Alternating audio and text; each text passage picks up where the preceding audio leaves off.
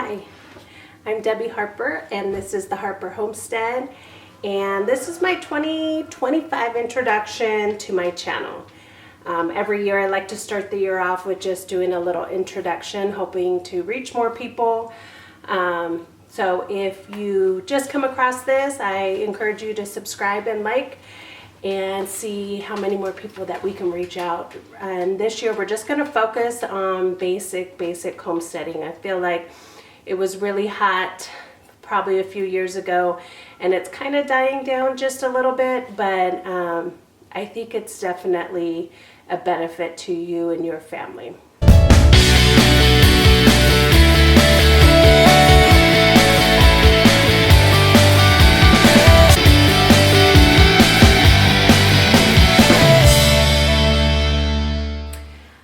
Just to start off, I live in Montana, and while we talk, I really need to start dinner, so I'm making some homemade refried beans.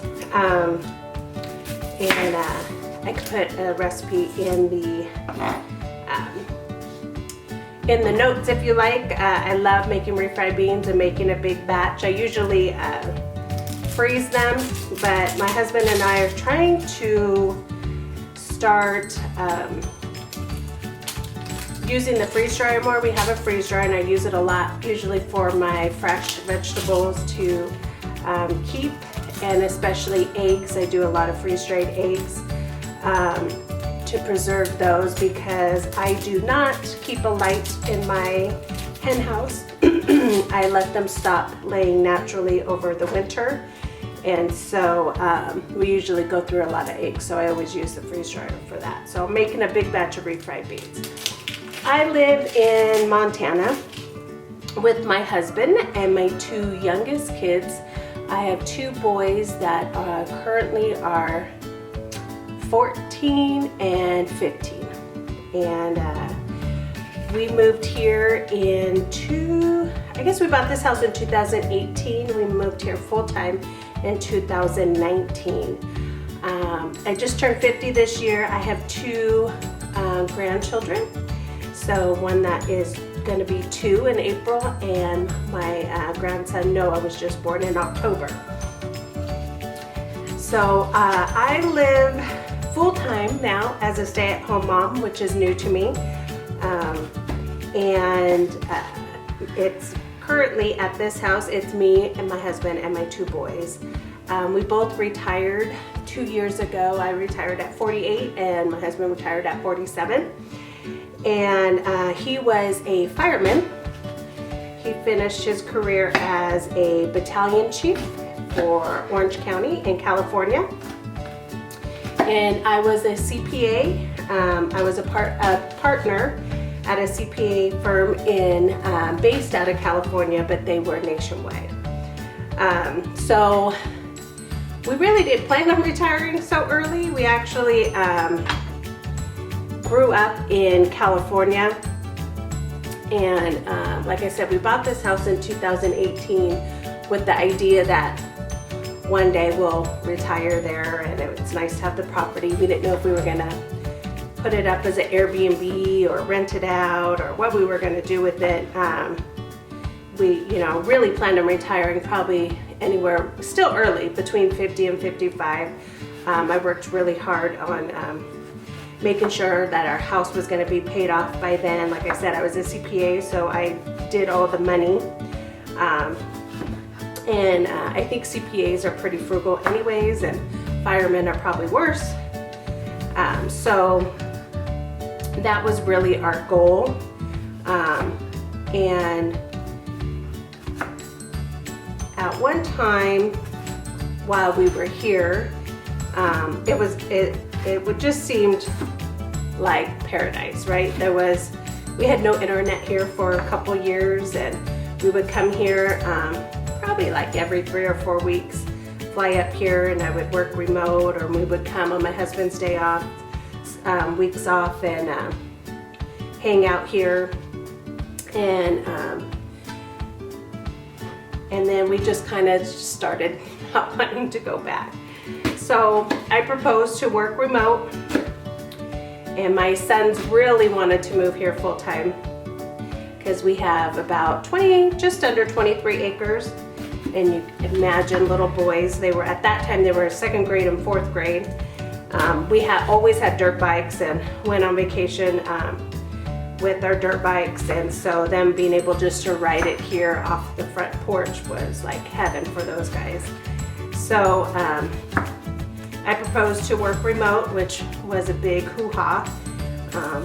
You know, I don't know why people were stuck even at that time to work in the office. There would be many days, sometimes weeks, that I would never even be in the office because you're out driving around, visiting with clients.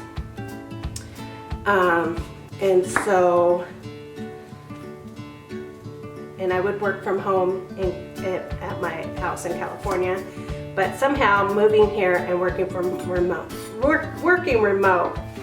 was a big deal. So finally negotiated those terms and started working from home, and my husband continued to be a fireman in California, and he would fly back and forth.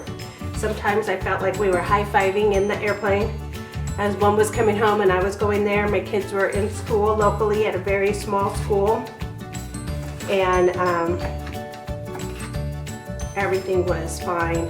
And then obviously COVID hit, and then working from home wasn't that big of a deal anymore. We traveled a lot. How we got here is we traveled a lot. We always took our kids. We had a motorhome, and I remember when my older 2 kids, at this point I had 2 kids in college. They were away in college, and I only had the 2 young ones at home. And we always traveled, even back with my first 2. Same husband, same everything. There was just a pause in all the babies that came. And I really wanted to go to another country. I wanted to go to Ireland or Rome. I wanted to see Spain. I wanted to do all these things. And my husband always gave me a hard time. He says, first, you need to learn and go everywhere in your own country before you start traveling to other people's country. So I was like, okay. And that's actually when we bought the motorhome. I think my older 2 were maybe 5 and 7. That was in the early 2000s, and so we got a motorhome and we traveled. We did one road trip with my dad and his wife and some friends that were also in the firefighter family, and we traveled Route 66. So we traveled it all the way from California, and we ended up going all the way. We wanted to end up in Washington, D.C. for 4th of July. So that was probably one of my favorite trips of all time. We did that. We saw a lot of historic places, and that was super fun. And we've done different trips. We've gone from California to Florida. We did up the coast. We took the whole way, Highway 1, Pacific Coast Highway, and went from where we lived in Southern California all the way up to Washington, and did a lot of national parks and seeing a bunch of different things. And I think it was that trip eventually. We've done some of the trips the same. You know, we've done Yellowstone and Mount Rushmore. We've done a lot of things. Yellowstone we pretty much go back to a lot because we love it there. And as we started traveling, that's where we noticed, like, oh my gosh, this country is amazing. It's so beautiful. And California is beautiful, but there's lots of places that are beautiful. And so that's not going to keep us in California.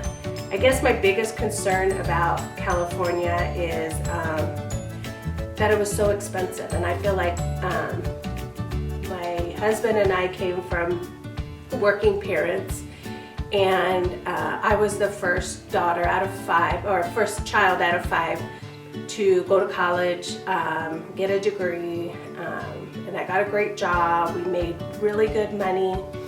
Our kids were in private school, and we could survive. Everything was fine. We hit the market at the right time. We bought a house that was in Corona. We bought that house, stayed in there for 2 years. It was a brand new home. At that time, I mean, you could get with a first-time buyer loan putting down as low as 3%.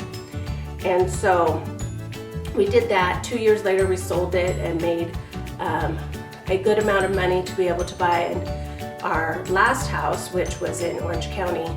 And we stayed there for over 20 years in a really nice neighborhood in one of the best cities there. We lived in a great area that we always wanted to, and in Yorba Linda, and great schools, and we lived there for a long time. I thought we were going to live there forever. I loved that house. And my goal was to retire at 40, or to pay my house off at 40. And then, I don't know, just something, we worked really hard, and then something just was nagging at me. I really wanted more children, and I worked a lot. I really worked a lot. Very long hours. I traveled a lot. And it was just really tough being a mom and working as many hours as I did. And so my husband was with the kids a lot because he always had them on his days off. They were only ever in daycare maybe 2 days a week when he had to work, sometimes 3 if he got called in. So to have more children, I really needed him on board, and he wasn't on board. And I was really busy anyways, and finally I just worked part-time for a long time. And then had our last 2 boys, and then went back full-time and became a partner at the firm. But we used to just talk a lot about how are these kids, I mean, the pricing of the housing market is out of control, and it's not meeting up with your pay, and how are our children going to survive here, I guess, was our biggest thing. We knew that we weren't going to stay in California forever, that once we started traveling, my husband and I knew we were going to go somewhere else just to be, because there's so many beautiful places in this country. And when we found this place, it was just, everything fell into place. I just loved it. I think you really need to do your research if you're going to move somewhere, you know, for taxes and different things like that. Like, we still have income tax here, and our property taxes are probably similar to California, but there's no sales tax. And to me, sales tax was a big deal. I mean, if you're a person that isn't going to be creating your own stuff, and which at that time we weren't, we were always buying things. I mean, sales tax can get really expensive, and California it was high. So that was a cool thing here, but it just felt right. It was really quiet and calm and nice open space. We really just wanted space for the boys, and a place that wasn't as expensive, that hopefully our kids, before they came back from college, would come back and not find someone from California to settle themselves there. So we did that. Let's move over here because I need to start these beans.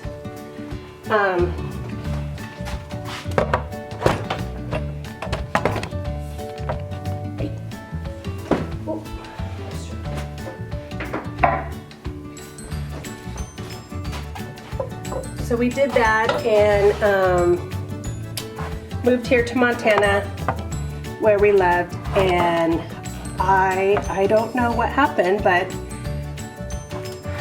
somehow David was going to build me a chicken coop for my birthday, and I thought that would be fun, and I was still working, and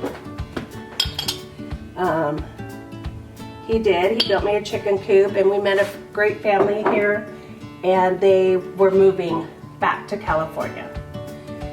She didn't like the ruggedness of Montana. And so they had 7 chickens, and she wanted to, they couldn't get rid of them, or they couldn't find anyone to buy them, and they decided they didn't want to bring them with them. So they gave them to me. So we finished our chicken coop, and I had 7 chickens. And that is where it all began. So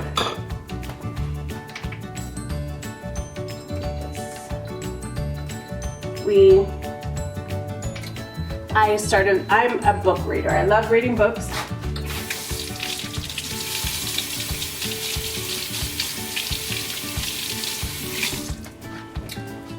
And so I started reading these books. If you're interested in chickens, I was really, because we live in a cold area, I found this woman. Her name is Lisa Steele. She has quite a few books actually now, but she lived in Maine where it was cold, and that's where I learned about, you know, not needing a light, how to keep your chickens warm without, you know, electricity and all this stuff. My biggest issue, because I told you we moved here, and I've always been, well, what's not the cheapest way to do it, but the least expensive, more efficient way to do it. And so that's what I did. I followed her methods, and we got the chicken coop. My chickens have been doing great. And that was in 2019, 2020. I think they brought them over right before the New Year's of 2020. And we got the chickens. I think what really sold us about leaving right away was COVID, obviously, because it really wasn't a big deal here. There really wasn't much going on, and every time I flew back to California, it was so much anxiety and stress and fear that really pushed us to make the final jump and say, yeah, let's just move there permanently. So that's kind of what kicked us off, and I've never regretted it.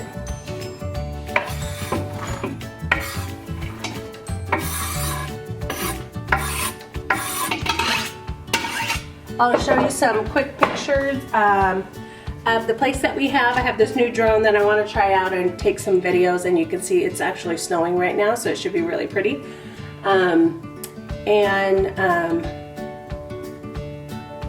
I think the chickens, and just learning about them and looking at the difference between the eggs that I got from my chicken coop from the eggs that we bought at the store was what probably started my curiosity. I just thought it was really weird that they didn't seem the same, and it kind of just, you know, snowballed from there to where the house that I bought here already had a garden, but it was more flowers, I think.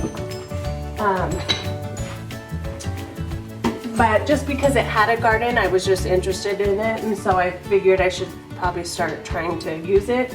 And so I got more books on gardening. I started following more people. If you ever saw, what's her name? I watch her every once in a while. She's so cute and adorable. Jess from Roots and Refuge.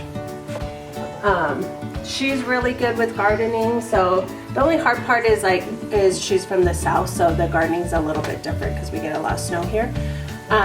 So just looking at things like that, and that really got me into it. And then you eating your food and it tastes different from the grocery store. And then just recently, you know, I rarely even go to the grocery store, so I'm trying to do something with the milk. So I was like, I want to get a milk cow, so of course I like reading, so I started reading books on making cheese and yogurt and all this stuff. Well, and then I start getting more natural cheese from farms, and my kids at first were like, what the heck, this isn't cheddar cheese, Mom. Why is it white? And then I was like, yes, it is. And then I started thinking, well, why would that cheddar cheese be orange? I have to dye it with something because it's made from milk, because I've been reading these books on making cheese, and everything came from milk, and nobody puts dye in it. So I go back looking at these pictures, and I'm like, everything is white. Or like, you know, it'll change in variations of white, but it's not orange. So those are the kind of things, that's how I got here. But I think it's important to think about those things. I feel like we were robbed as kids and growing up and not knowing these skills, because now that I'm doing it, you could easily do this and work. If you loved, I don't regret going to school. I loved being a CPA. I loved all of that. I still love numbers. I'm the finance chair at my church. Like I still love all that stuff, and I thought it was great. But you could still do a lot of this stuff and work and keep your family healthy. I mean, now everything's kind of coming out now about the food industry, and you know, I don't want people to relax and say, oh well, Trump got elected, he's gonna get all these people in there and then our food will be great. This is gonna take years and years and years, and you never even know how long that's gonna last before the next person comes in. Like, you need to control your own food now. You need to control your own destiny. Now I'm like getting those things being removed from all those places. So I just want to share all the little simple things that we do, and hopefully take out that second guess, that overwhelming stress of thinking that we can't do that, or that's disgusting, or that's gross, or I just want to buy my food. Like, yes, I make enough money, we make enough money, we could buy our own food, but I would never do that now that I know what I know. And so I want my kids to know that. I hope they meet people that understand that. I mean, I've always been I'm a big Christian. I've always been a firm believer of trying not to be, I don't know why this has always been, like, don't have, like, we know gluttony is a sin. We know being a sloth is a sin, but what does that really mean? You know, don't reach for things that are unnecessary that God put here. You know, work hard, because when we die, you're going to be resting. It's okay to be tired. That's what I always try with my kids. It's okay to be tired. You're supposed to work hard. That's what this is for, to survive and to live and to provide for your family.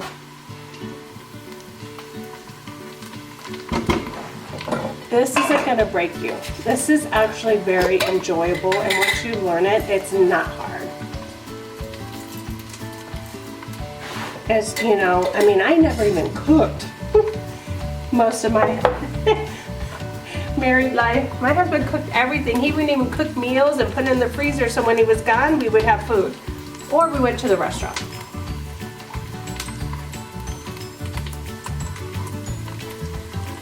And my kids grew up in the period to where, you know, friends were all of a sudden getting autism, and now they're in diabetes, children's diabetes, and you know, there was always rumors and stuff about these shots, and we had a great old-fashioned doctor that never combined his shots, but you always heard never get the cocktail shot, and that's the era I grew up in, and now it's like light bulbs are coming up. So I don't know, I just think that so if you're looking, I'm making refried beans. All I did was saute onions and peppers. Now we're gonna put beans. It's kind of like rice. I'm doing 4 cups of beans, so you need 8 cups of liquid, which I'm using chicken stock. And then we're gonna hit the bean button on the Instapot. It's super easy. I don't have to soak them overnight or nothing. Backtrack. So anyways, that's my story. That's what I want to share. So I hope it's not boring. I'm just going to show what we do on a daily basis. I think it's fun. I know it's fun to a lot of people, because anytime that someone comes, and I started some videos just actually to share with my mom, and now I get more push to do more videos, because people come here and visit, even if they're not part of my family. They always want to come. They always say, I'm going to go to the Debbie's farm. They just want to come here and, you know, do chores, and they just love it. But I think people are scared of losing the convenience that they have. I think our generation is, or a lot of us are lazy, and we like convenience. We like fast. And there's something to be said about slowing down. I feel like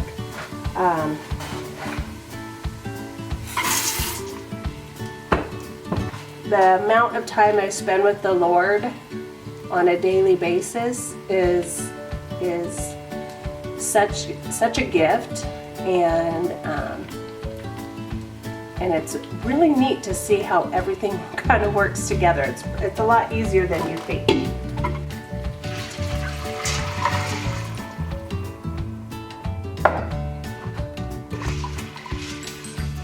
I used to get some people when I go back to California and say, you know, why are you doing this? Like, you know, yes, okay, so now you know that you can, you know, put a grocery store onion in water and it will sprout. And I'm like, yeah, I used to think that you could create food like that so you'll be okay if you needed to survive.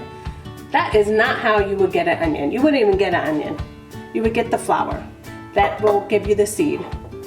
If it was even a viable plant, and then to plant that and get the onion. That's like 2 years later.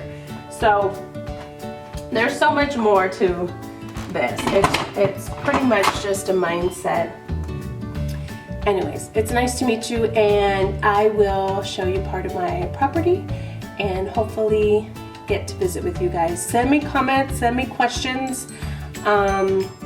I have some questions from last year that I wrote down that I know I wanted to talk about, and you can probably do a lot of what I do anywhere that you live. But I just want to encourage you, if you're ever thinking about getting out of wherever you live, you know, obviously Montana is not on most people's radar, so there's many other states that are just phenomenal. My sister lives in Tennessee. It's very beautiful there.